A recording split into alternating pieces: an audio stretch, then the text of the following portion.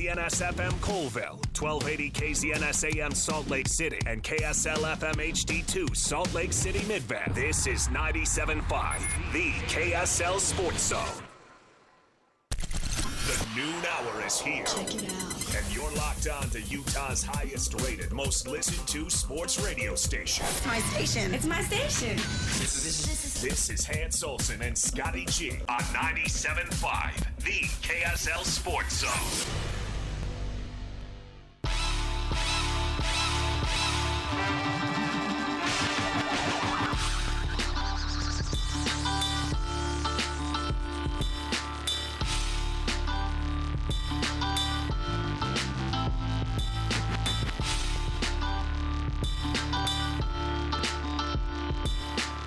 Welcome into Hans and Scotty G, but I am neither Hans nor Scotty. My name is Jake Hatch. I am the producer of DJ and PK typically, but when the mice are away, when the cat is away, the mice will play. So I've got Ben Anderson hanging around. So I guess this is like Jake and Ben for another segment, but you know, a different Jake and everything. Jake. Where's Hans? What's Hans doing? I think he's on vacation, right? I think he's like headed to a Dodgers game because he's a huge Dodgers fan. Apparently. So he's in L.A. Okay. Yeah, he's on his way to L.A. Okay. It's always somewhere tropical. You got to make Mama happy. Yeah, but Dodgers? Since when? He's like been to like 3 Dodgers games in like the last year. Oh, okay. So Even this season. He's got the itch. Apparently. I love me an MLB game, and I love going to Dodger Stadium. It's a great venue. That's a dump. Sorry, it's a dump. Mr. Giants fan over here. Nothing. It's not. What is the Giants park? Sure. Now? Has it been around a long time? Sure. But that doesn't mean it's nice. How many MLB stadiums you guys been to? I've got 5 off my list. Both Southern Californias. I've got Cincinnati Reds randomly, Colorado Rockies, and the Texas Rangers. Okay. Yeah, I'm at 5 as well. Been to Angels. Been to Giants. Okay. A's. Rockies. Okay, you want to talk about the A's in the Coliseum. Am I leaving out something there? Is that 5 or was that 4? That was 4. Okay, then it's 4, I think. Okay. No Dodgers, huh? Ever? You never been to Chavez Ravine? No Dodgers. Interesting. Okay.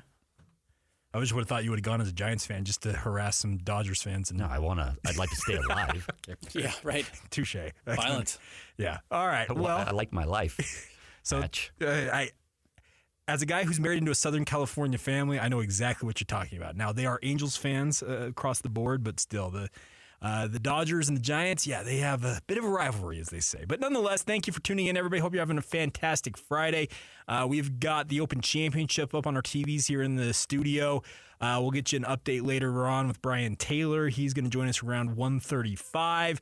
You'll hear from Kalani Sitake. I had a chance to catch up with him. Did you play in the tournament with us on the media golf? I was there. I did not play. Okay, so afterwards, I had a chance to catch up with Kalani Sitake one-on-one for about 11 minutes, so we'll play that at 1 o'clock. Yeah, Ben doesn't want to show up people, so he's like, nah, I'm not going to go. I don't want to show him up. Well, he did his show from down there. I know that. So long off the tee. I really don't want to embarrass. Well, our team, we probably talked about this already on air. It's been a month almost, but we finished tied for second overall in that tournament. So sounds like a lot of cheating. I would have weighed you down. That's what it sounds like. Definitely would have made it worse. Well, we had a good run. We had 12 birdies and an eagle in a 15-hole span, so it was a pretty fun day. But nonetheless, you'll hear from him. I had a chance to catch up with him at that point. Then we're also going to talk some jazz here in a moment. Later on in the show, Alex Curia will stop by, so we'll have a lot of fun on a Friday. So once again, thanks for tuning in. But Ben, thanks for hanging around for a segment. Now, I heard you and Jake talking about this a little bit earlier on. I wanted to talk about the Summer League for a moment here with the Utah Jazz. Now, the Summer League will wrap up this weekend, and this week's been an interesting week because each one of the 6 rookie or second-year players that the Jazz have on this roster have had a moment, it feels like. Yep. Last night was Isaiah Collier's turn to step up. Cody Williams, the game before that. We've seen Kyle Filipowski have his opportunities.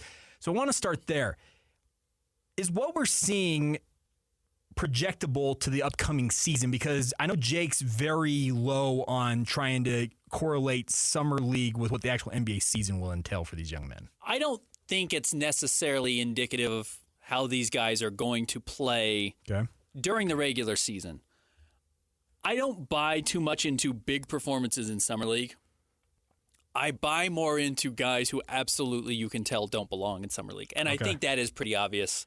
And even watching last night, some of the guys that are on the back half of this Jazz roster and some of it's because they haven't played a whole lot, in Summer League, whereas Cody Williams got a chance to have 3 bad games in Salt Lake City and then looked a lot better in Vegas. I think some of that you can probably chalk up to inexperience, but it's pretty clear. I think you can tell when you've seen as many Summer Leagues as we have, guys who can actually play and guys who really just don't belong at this level. And usually it doesn't have to do with, did you make shots or not?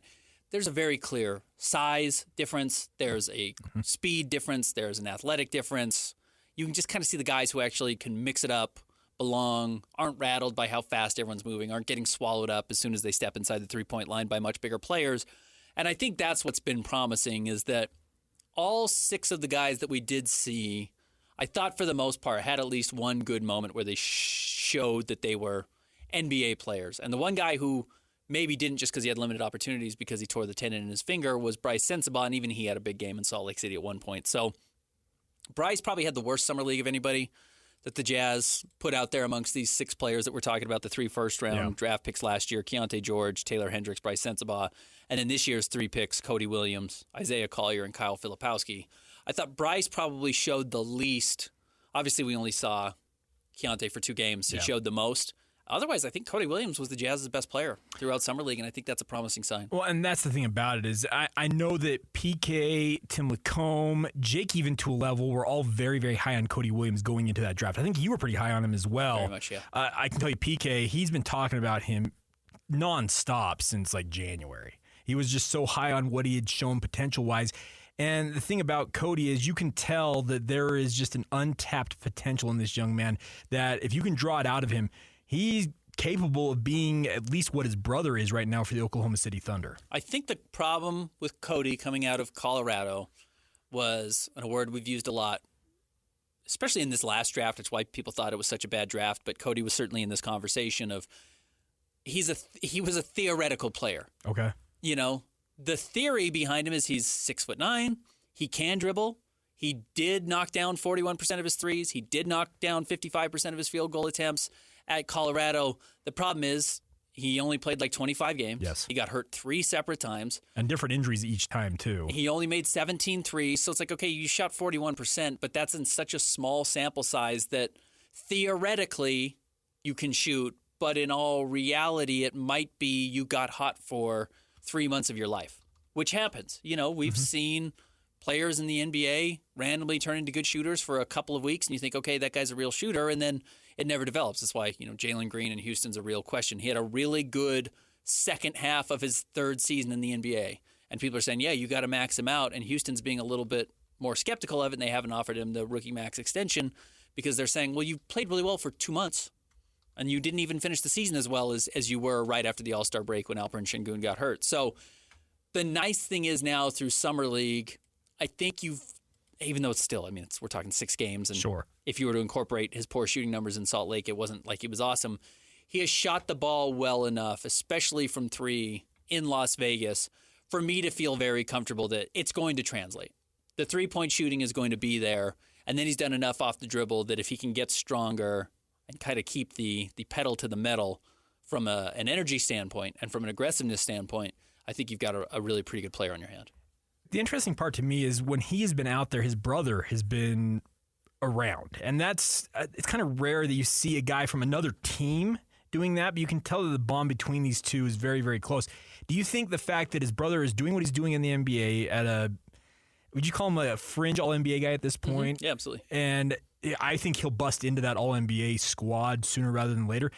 Do you feel like the fact that they have that relationship, you said you want to draw the best out of him, can his brother, even though he's playing on a division rival of the Utah Jazz, can that help him get to that level? Yeah, I think we saw this funny stat that came out like a week before the draft or a couple days before the draft from Yahoo Sports saying, what's the best indicator of a good future draft pick, a guy making it as a pro?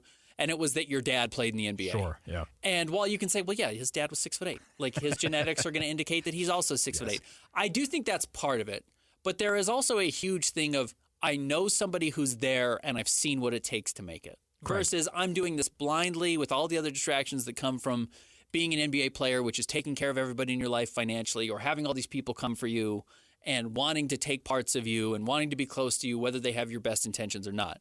If you watched how your dad dealt with it, it's going to be really beneficial. And it's actually funny, we're seeing a lot of guys now come into the NBA, most notably Derek Williams.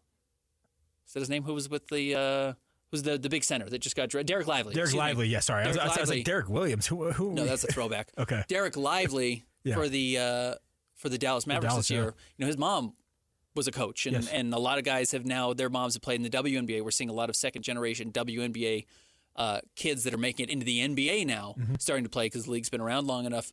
Just seeing somebody handle being a professional athlete or professional basketball player in your life, I think, is a huge bonus. So, yes, in that sense for Cody Williams, A, somebody's already carved out that path for him. B, he's been watching his brother for now 2 years be a pro. Second, anyone who was coming for the family with ill intentions probably came for his brother first. And now his brother can just be like, hey, avoid this person, avoid this type of thing, avoid these hangers on. I think that is really, really beneficial for players. And see, that's the thing about it is you get an inside look at the back end of everything that goes on. We all, as sports fans, excuse me, get to see them in games. We see them every so often, maybe in a practice in that format. But behind the scenes, there's so much work that goes on. And I think guys, you mentioned, kind of come into it blind, maybe have not had somebody that has walked that path before. They have to kind of go through the valleys and peaks of all of that. Whereas, Cody Williams, he can look at what Jalen's dealt with and say, okay, those are some pitfalls I can avoid. Those are the landmines I don't need to step on as I kind of move forward here with my career. Now, I want to ask you about Isaiah Collier, because I remember when Collier was coming out of high school, he was the top-rated high school guy. They thought he was going to go to USC, and he was going to help Andy Enfield make USC a powerhouse once again. The biggest thing for him is his shooting numbers coming out of college for that 1 year. Not good. I think everything we've seen in Summer League indicate that those numbers should be capable of coming around. And that was something that Justin Zanuck talked about in the post-draft availability. He said that we're not worried about his mechanics. We just got to get him going here. Did you see anything from him that indicates to you that he won't be able to get that going? I'm still a little skeptical on the three-point shot. He hit a couple in Salt Lake City and hit a couple early in Vegas, and then he's trailed off a little bit in his last few games. I do like how confidently he shoots it. I was going to say, he's not afraid to step into him. No, and when he has a couple of really bad misses. I mean, he has some that have just hit the backboard, as have Kyle Filipowski. I think even Cody Williams had one that just hit the backboard. That's a little bit of Summer League fatigue. These guys playing at this level for the first time and still pressing. And look, I mean, Jordan Clarkson still misses shots that badly. Now, Jordan Clarkson's actually, for his career, not a great three-point shooter. He shoots a lot, but he's not an elite three-point shooter the way you don't see Steph only hit the backboard on a lot of shots because he's the greatest shooter we've ever seen. But I do like that that Isaiah is willing to shoot them and isn't just saying, well, that's just not a part of my game at all, because it has to be. If he's going to make it in the NBA, he's going to have to shoot threes at least a reasonable level. And I'm a little curious about his ability to get downhill. I know he did it yesterday and shot efficiently and got to the basket. He's not as elite at it as like a Colin Sexton. Now, look, Colin Sexton was the number 8 overall pick. There's a reason why. Sure. Colin's first step is as good as anybody in the NBA right now. He gets past you, and he's so strong, and he's an elite finisher. He just really has terrific touch around the rim. He doesn't have a hard time scoring when he beats you off the dribble, and he doesn't have a hard time beating you off the dribble. It's a great combination. I think Isaiah is going to have a little bit harder time. He either needs to trust himself that he's actually beat his defender, or he's not as able to do it as we thought he might be coming out of USC. So, it's the reason he fell to 29. I don't want to just label him as the biggest steal of the draft so far. I haven't seen enough from him to say that's the case. And while I think he's going to have a chance to make it in the NBA, you can also see the paths of how he doesn't make it. If the three doesn't come around, if he shoots free throws poorly, and if he continues to kind of spray the ball all over, which he didn't in Salt Lake City and then got to Vegas and was just, he's throwing the ball out of bounds. He's missing guys on fast breaks. Correct. He's dribbling the ball off his feet. He's not able to beat pressure off past half court. There's some red flags there. And it's a lot of the same things he showed at USC. And it kind of feels like he just got too confident and too comfortable in Vegas, and that ended up hurting him. So I think there are still plenty of question marks for him before I feel confident in saying he's going to be a good NBA player. Now, I've filled in with you on Jake and Ben. This goes back a couple weeks ago when we talked about Filipowski maybe being the most playable early on for this Utah Jazz team simply due to his skill set, what he did in college. I know that a lot of people want to label him essentially taking the Kelly Olynyk role with this Jazz team.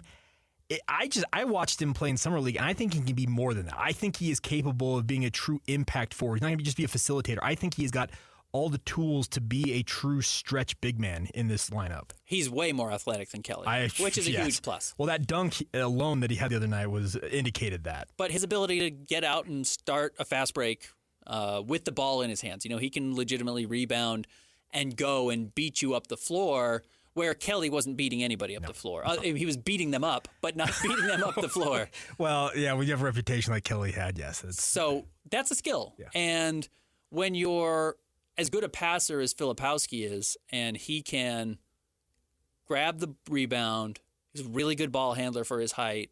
If he can just get the ball past half court, and then we'll have Lauri Markkanen streaking down one end, Jordan Clarkson sprinting to one corner, being flanked by a guy like Colin Sexton or whoever you want to put out there. Even John Collins is still good at running the floor. Yeah. He will have options to really get the Jazz some transition points, which, Kelly Olynyk certainly doesn't have the ability to do. And Lowry, who's a good rebound and go player, is such a bad passer that he can't make those reads, and Kyle can. So I still see a pathway, actually, for Filipowski to play relatively early in his career, not because he's better than Cody Williams, because he's not, but because he does something that the Jazz don't have otherwise. Okay. And I actually don't know if that's the case for Cody.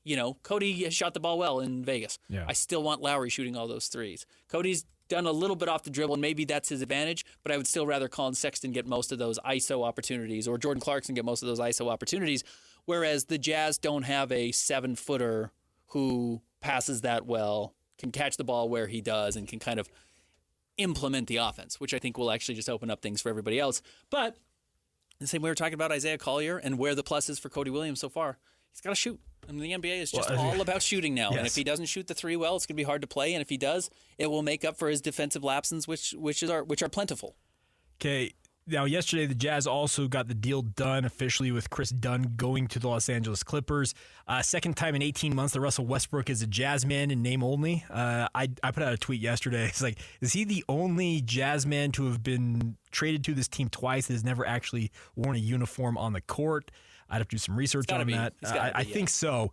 But he's going to be bought out, obviously, as part of this deal. He's going to join the Nuggets, which you tweeted this how long ago, that the Nuggets have been a dumpster fire in terms of their decisions since Tim Connolly left. And I've not seen a team win a title and mismanage their roster more with the best player in the world in his prime than what the Nuggets have done over the last 2 years. And what is Russ Westbrook going to offer to that team? Yeah. I don't see why the Nuggets are so eager to sign him. And it's funny, I mean, you're already hearing the same things about Russ that we heard about him. And I was guilty of believing when he signed with the Lakers, which was, well, the problem is you ask LeBron and Anthony Davis to use up so many possessions that they're tired, that Russell Westbrook is a possession eater. He's a high-usage player. The problem is he uses those possessions so poorly that guys have to play more minutes because high usage, low efficiency. Yeah, you're in close games or you're losing games. And so then in the fourth quarter, you need Jamal to step up and be a superstar, or you need Nikola Jokic to step up and be a superstar, where ideally you've been good enough with them on the floor that even your replacement level players, the guys who filled in where Russ is being asked to fill that void, whether it was Kentavious Caldwell-Pope or Bruce Brown, were good enough that you were basically a net zero. Well, now you're a net negative when Russ is on the floor, and Jamal and Nikola Jokic have to come in and make up for that. So you might actually be doing more damage. You might end up hurting your team more than you would have had you not signed him. And that's the thing about it. I just don't know what Denver's doing. But the Jazz, out of the deal, they end up getting another pick swap in 2030. Now that's a second rounder. But that's literally the first pick swap that the Clippers even had to offer up in this deal. Yeah, they don't own any of their second rounders. I mean, sometimes it feels like, oh yeah, well, we're going to get to 2030 pretty quickly. No, it's still only 2024. That's a long ways to not have any. There's 6 drafts between them. Yeah, right. Just saying. Right. It's just, and they say, oh God, the rights to center, is it Balsa Koprivica? I don't think he's ever going to come out. I'm with you, because he was taken in the 2021 draft, and he's been traded, his rights have been traded 4 times since then, and then $4.3 million in cash. Yeah. Do you think that in these sign and trade deals, you always kind of look at it and say, okay, what's in it for the team that's agreeing to do the sign and trade? Do you think the Jazz got enough out of this? It works. Does that make sense? So my initial thought was, did the Jazz just pay $2 million for a pick swap in the second round, thinking that maybe the Clippers, because Russ's salary was $4 million, and I thought, well, I don't usually teams, when they send money, they send a couple million. Yes. I was thinking, okay, so maybe the Clippers sent the Jazz $2 million, and the Jazz thought, well, we buy a second-round pick for $2 million, and in 2030, if they want to sell that, the price is going to be up for it. You can sell it for $3.5 or $4 million, and they say, hey, Danny Ainge and Justin Zanuck went to Ryan Smith and said, we made you $2 million. Now, you had to pay $2 million today, sure, but you'll get that $4 million back coming up in 2030. And then Woj last night tweeted out that, no, the Clippers sent $4.3 million to buy out Russ's $4.0 million contract. Basically, the Jazz banked $300,000 to take on a draft swap for free. Yeah.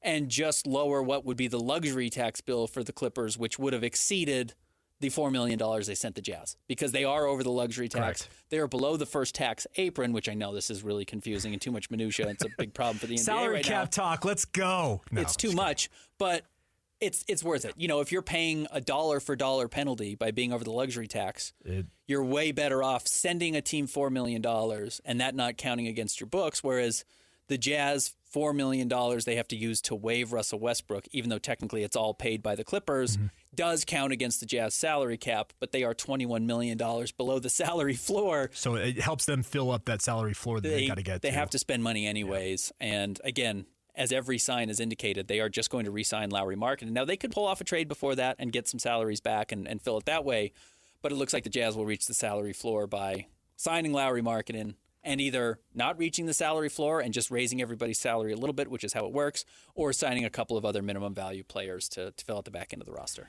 Now, you talk about the whole getting to the salary floor. Do you think it's going to end up that, and we had Locke on this morning with PK and Jake, and he talked about the fact that, if he doesn't sign on August 6th, it means you only have one day at the next the trade deadline in February to deal him if you do.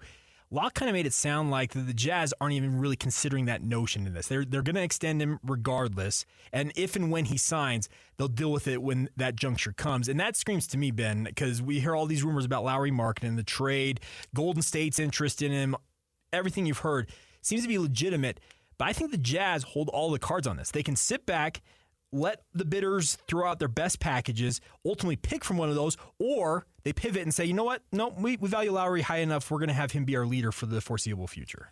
Really, if I were the Jazz, and, I don't know what the trade packages are other than we've heard what Golden State is offering, and it's Moses Moody and all these picks, and the Jazz want Brandon Podziemski and Jonathan Kuminga and Moses Moody and all the picks. They want all of it. The nice thing is, worst case scenario is you sign Lauri to a max extension and he gets hurt next year, and then you're in a little bit of trouble. That's the worst case scenario. Realistically, though, you re-sign Lauri this summer, you extend him and re-sign him, and then you have a 4-year contract for a guy that, by the time the new salary cap is kicking in 3 years down the line when Lauri's in the final years of his contract, it's going to be look like such a small number compared to what other players in the league are making, because it's going to be $35, $40 million. And there's going to be other guys at that point legitimately making $70 million, and you're going to say, wow, Lauri at 40 versus these guys at 70 and 80 is a steal. That's fine. He's only going to be 28, and you will at least know, hey, do you have a 28-year-old Lauri Markkanen and you lost enough games where you drafted one of these top 5 players in next year's draft, which is supposed to go back to the LeBron, Chris Bosh, Dwayne Wade, Carmelo Anthony draft. It's supposed to be somewhat similar to that quality. You can get a number 1 or a number 2 guy, even with the 5th pick. Is that the worst case scenario, that Lauri's on your team and you learned whether or not you got one of those guys? And then you can either choose to trade him then or not trade him, because he's not going to lose value. No. Lauri is going to be just as valuable next year under a 4-year contract where team has total team control over him at a reasonable contract as he does right now.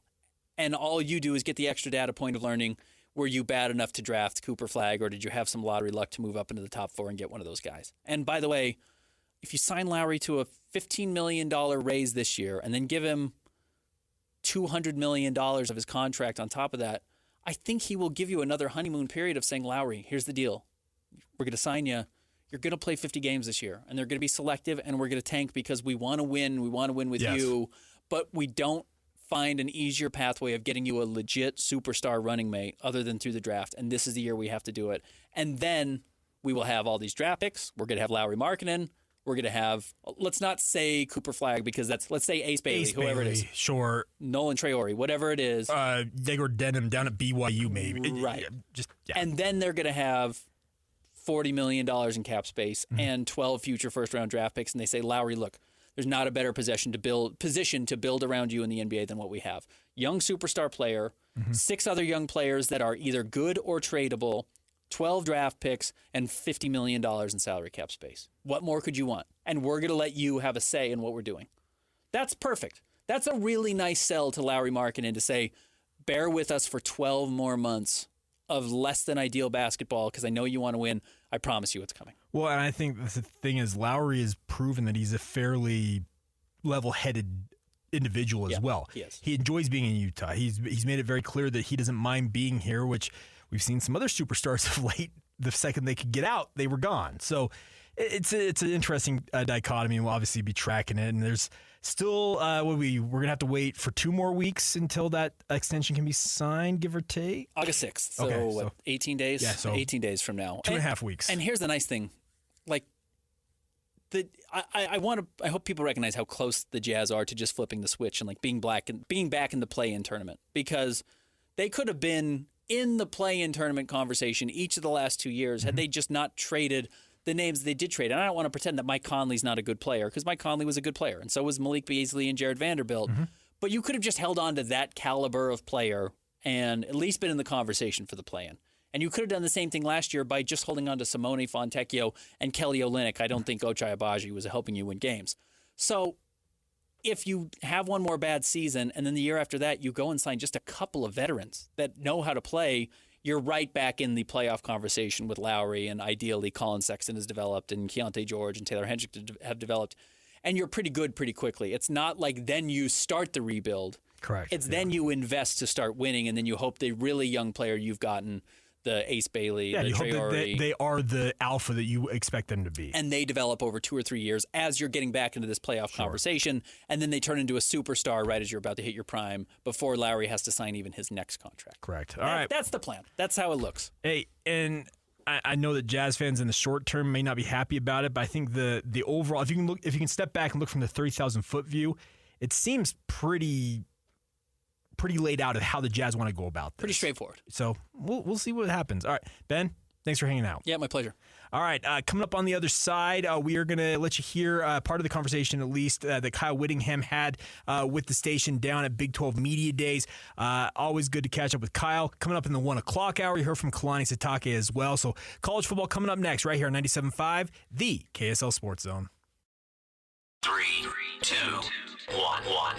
It's the 10th annual Top 60 and 60. Get your college football fix every day at 1:30 as the Zone counts you down to the start of the 2024 season by listing off the top 60 players in the state of Utah as voted on by the local media and you, the fans.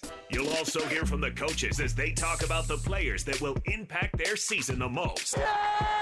It's the Top 60 and 60, weekdays at 1:30, presented by 5 Star Painting on your home of the best college football coverage in Utah. 97.5, the KSL Sports Zone.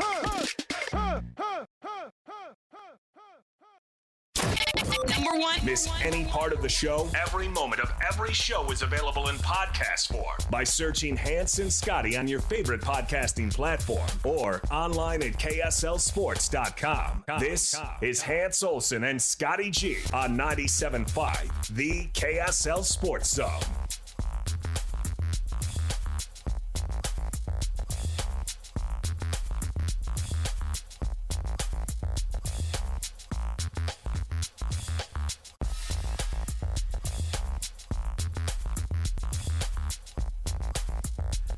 Welcome back to Hans and Scotty G here on the KSL Sports Zone. I'm Jake Hatch, filling in for those two fine gentlemen on this Friday. Thank you to all of you for tuning in.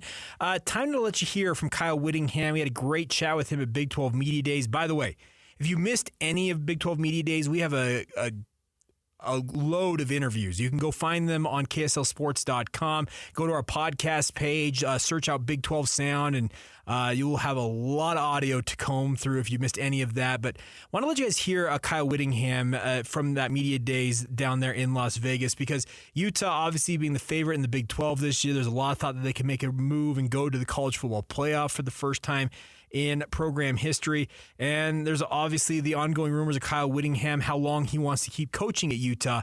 But there's one thing I can assure you of. Kyle Whittingham, he is always in tip-top shape.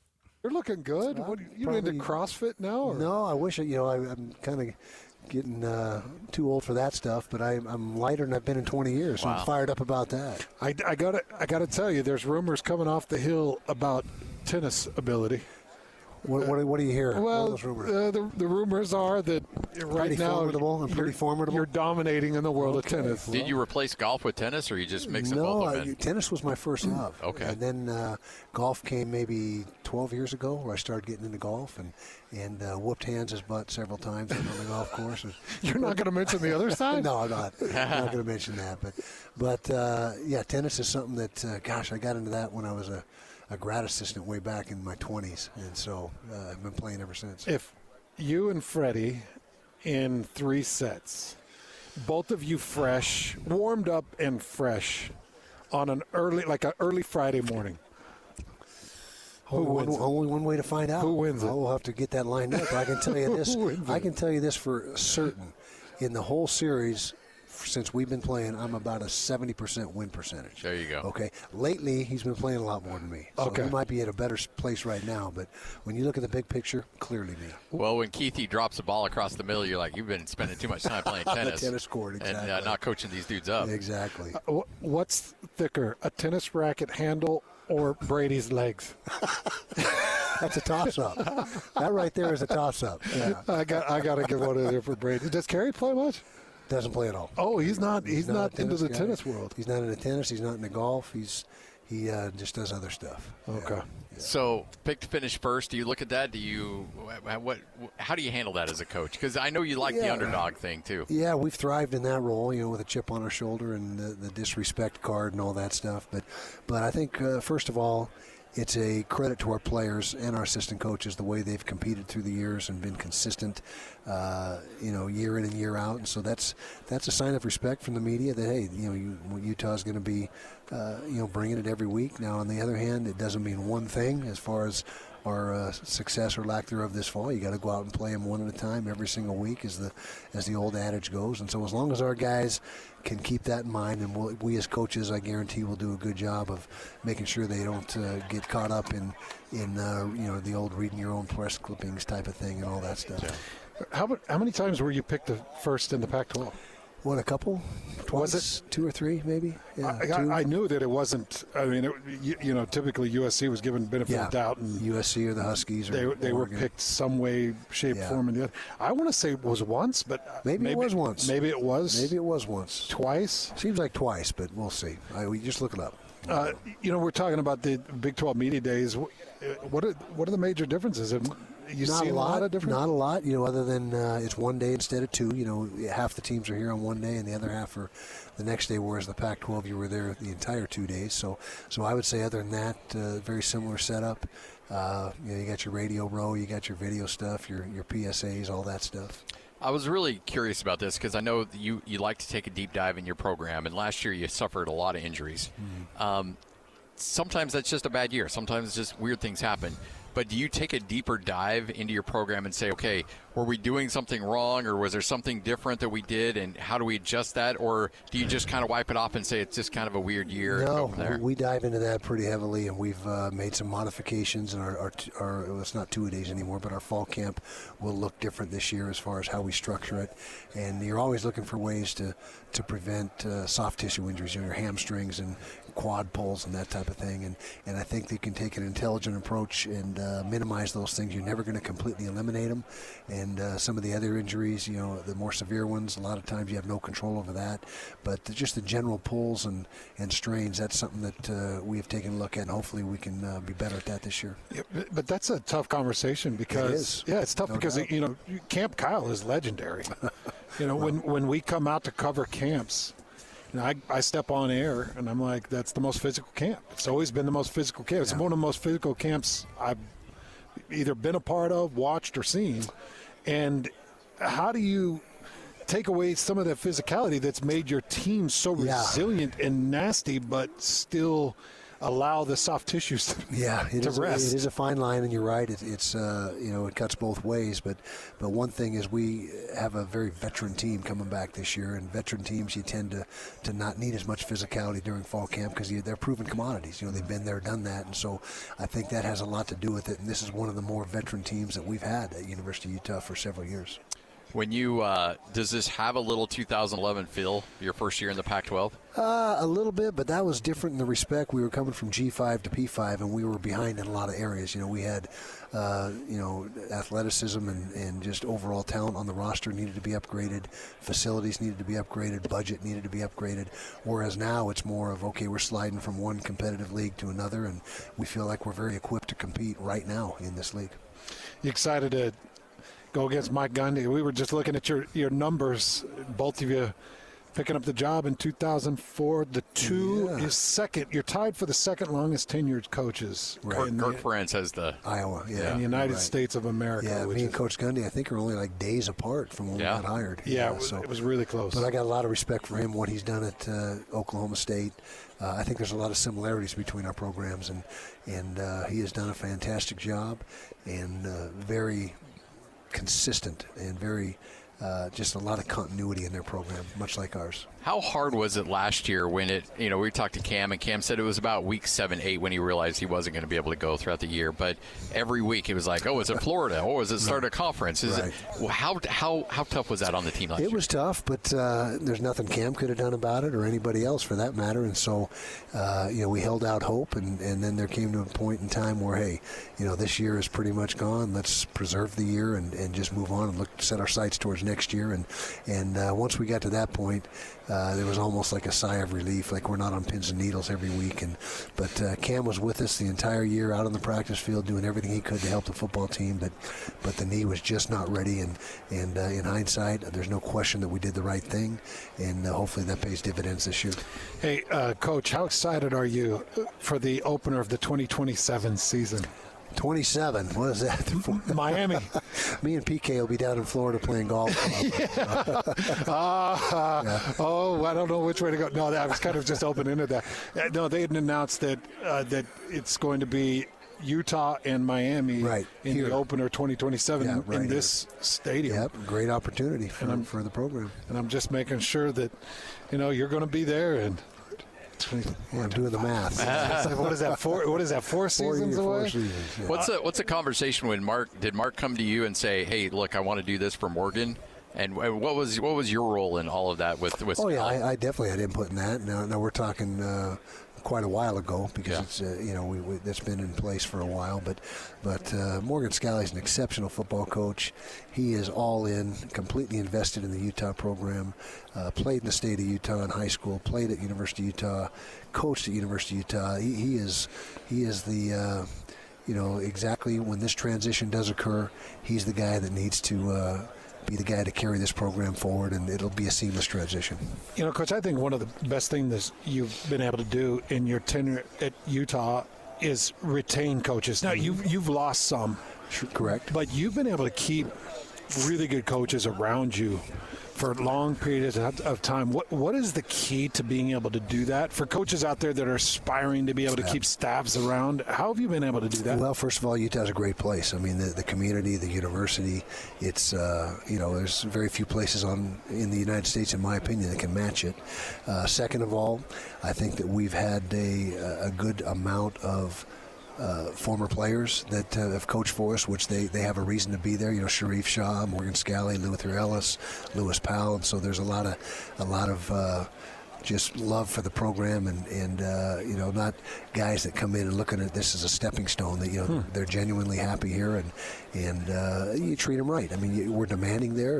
We have probably not the easiest guy to work for at times, but you know exactly where you stand, and you know exactly what you're going to get when you're in our program. You've got an embarrassment of riches in depth, especially on the defensive line. Is this as good of a group up front as you've ever had? It could be. The defensive end especially position, even though we lost Jonah Ellis, who could have come back for his senior year, we've got 5 or 6 guys at that spot that are really good football players. What do you do with Logan Fano? Is he outside linebacker? Defensive end. He's a defensive end. So he's a 4-3 scheme. He's just a rush. He's a rush end. He's going to rush in. He'll drop off in coverage, a certain percentage of the time, but his primary job to description is get after the passer. He's an exciting player. You got that right. I was He's watching terrific. film of him before he went out, and if he wasn't getting the sack, he was pressing the quarterback inside. Exactly. He's a force off that edge. And I'll tell you what, his brother, who started for us all year at left tackle as a true freshman, is a terrific player as well. Now we're going to move him over to the right side this year because we got another freshman, Caleb Lomo, who's going to start at left tackle. Wow. And so we've and that's done. That's done. Lomo is going to start at left Coming out of tackle. spring. It's like coming out of he's the spring. guy. Coming out of spring now. Because he's a pup too. He is, but he had a terrific spring, and there's some guys that are going to challenge him in the fall camp, but he came out of spring as the top guy. Wow. Lander Barton, just how special can he be? Incredible football player. You know, the Barton family, anybody with the last name of Barton or Ellis or Kafusi, those are the guys you want to recruit. You just automatically give an offer to. Exactly. And Jonah's got, 3 brothers that play in the league. And so that was, having the Ellis family was great for us. But the Barton family has been just as impactful. This is the third Barton, the fourth at University of Utah. Sister Danny is a terrific volleyball player and still playing professionally. But Jackson and then Cody and then now Lander and so it's a family affair, certainly, with the Bartons. Both parents played at Utah. The mom was maybe the best athlete to ever play at Utah, all conference in 2 different sports, and that's not easy to do. So great bloodlines, and the Barton family and University of Utah become synonymous. So when you go into a season and you're just looking at this season, do you set an expectation, Coach? Like championships. That's what we're after. That's it. And we're after championships. Hardware. And that's where we're at as a program, and it shouldn't be any other way. When you've had the guys and the players come through the program that we have and have the success that they've had, that is the standard, is to win championships. I ran into Coach at a restaurant around Christmas time. It was Capitol Grill. That's right. And how much weight had you lost? Though I had a bunch of friends and they're diehard Utah fans. I'm like, oh, this is Coach. And There you go, Kyle Whittingham down there. Big, I won't say Pac-12 media days, but it's Big 12 You're going to say media days. BYU media day. Now that would be funny. Did you see Wishful thinking, Hatch. Did you see the picture of him when he's on the BYU TV set down there? Like Stuart Mandel's like, hold on for just a second. What's going on here? Yeah, I saw that. But here's the thing. Kyle, you can tell he is confident in this crew. I am floored that they're going to have 2 freshman offensive tackles, but Hans, I think he expressed it well. I was like, they're both pups, but Fano and Lomu, those 2 are absolutely fantastic offensive linemen, and I think it goes to show what Utah's all about. The best man plays, regardless of position. If you prove you are capable, Kyle Whittingham and his staff will put you on the field, and they've got all the pieces. There's zero doubt that they can make a run here at a Big 12 title, and there's a reason why they're the early favorite. And it's, you know what? It really comes down to health. The fact that they were able to win 8 games last year with pretty much everybody injured, it seemed like. A third string / 4th string, maybe even. Some would even say a 5th string quarterback, possibly in Bryson Barnes. Nothing against Bryson Barnes. No, but he was down the list on that. And he did a great, to get essentially 8 wins for the most part, it's remarkable. But the fact that Utah was able to get 8 wins with as many injuries as they dealt with, to not have Mekhi Bernard, to not have just all these down the list. They were down 3 tight ends at one point on their depth chart, like their top 3. It was incredible that they ground out the results that they did. Their running back situation. What's his face? Jaquindon Jackson was injured all season. Like Dylan. He kept going out because we heard all kinds of rumors each week. It felt like in and out. Jaquindon might not be playing this week, and then he'd show up and play, and you're like, show up and play, okay. and he would, but if he was fully healthy, they were really set up to play because they lost a lot of guys to the NFL. They were set up to be really good last year, and it just didn't quite pan out. It's about health. That's for every team. Yeah, but especially that Utah team last year, they dealt with more than their fair share of injuries. There's zero doubt about that. All right, on the other side, we're going to stick with the college football theme, but we're going to go to SEC media days. Now, Paul Finebaum is a big deal in media circles. Well, let's just put it this way: Lane Kiffin had some thoughts for him. We'll get to that next. This is DJ and PK. Here's Derek Carr talking about the best football player he's seen. Hayesham's the best football player I've ever played with. He really is. He can do everything. Throws, runs, catches, fullback, quarterback, tight end, receiver, slot, blocks punts, personal protector. That man is a Hall of Fame football player. No higher praise than that right there. Derek Carr pumping up Taysom Hill. This whole time, he's been wildly underutilized. He's a special athlete. There's few athletes to his ability. I would say Taysom Hill is the best athlete ever to come out of BYU football. Hill isn't even close to BYU's best quarterback. Not saying that. That's a different thing. You don't come across an athlete like that very often, I don't think. Catch DJ and PK mornings from 6 to 10 on 97.5, the KSL Sports Zone.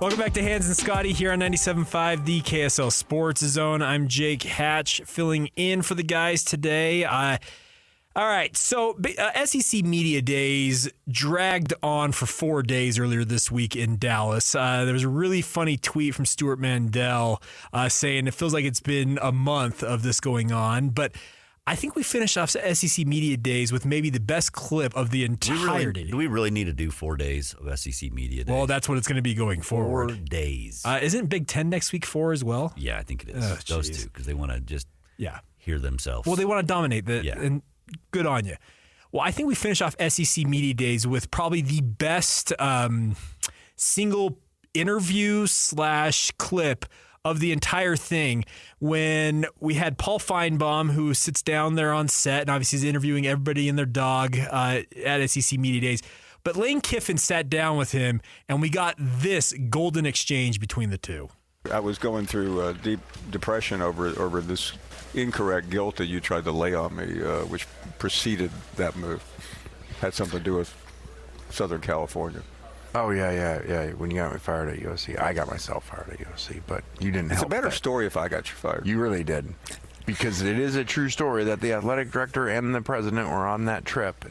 We were playing that night, and you were on College Game Day, and you had to make your big splash, and they were watching it, because I know the other person in the room that was watching it with them, and you said what a joke I was, and I'm the Miley Cyrus of college football coaching, and I should be fired, and they looked at each other, and later that night, I was fired. So, but hey, look what happened. I would have never got to work for Coach Saban.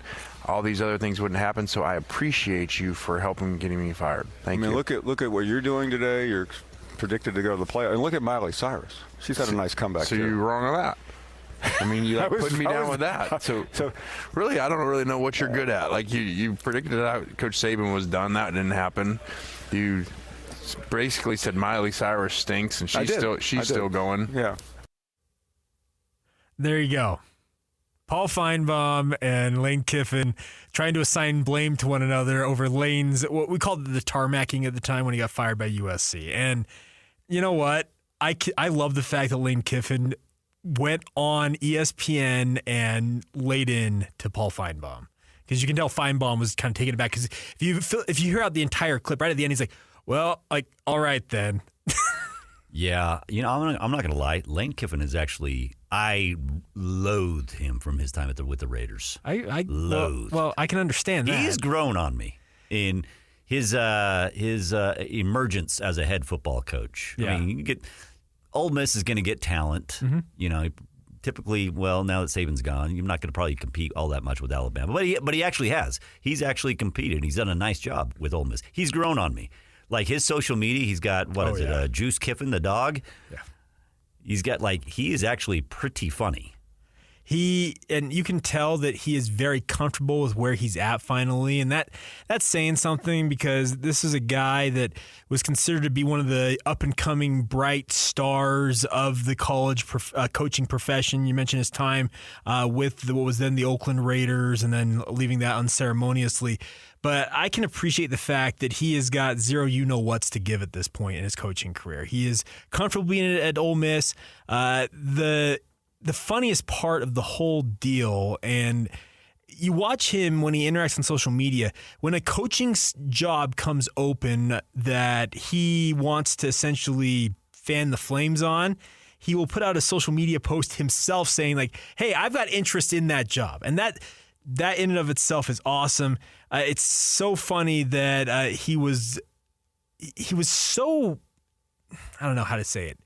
You're right, loathing. He was loathed early on in his coaching career and was very much a guy that a lot of people were not happy with, but he is, as you mentioned, he's really come into his own, and that's saying something. So props to Lane Kiffin for being willing to do that, because that was absolutely classic. You don't see that very often anymore, it feels like, when it comes to media interactions of that level. All right, I do want to remind you guys, though, real quick, that today's show is brought to you by our friends over at America First Credit Union. Get the official debit cards to the Utah Jazz, University of Utah Sports, Real Salt Lake, and more exclusively at America First Credit Union. And by the way, coming up next, we're going to stay with the college football theme. I had an opportunity at the BYU Media Golf Tournament to catch up with Kalani Sitake, had a one-on-one chat with him, talking a lot about his program, looking forward to year 2 in the Big 12 Conference, and we'll get to that next right here on 97.5, the KSL Sports Zone.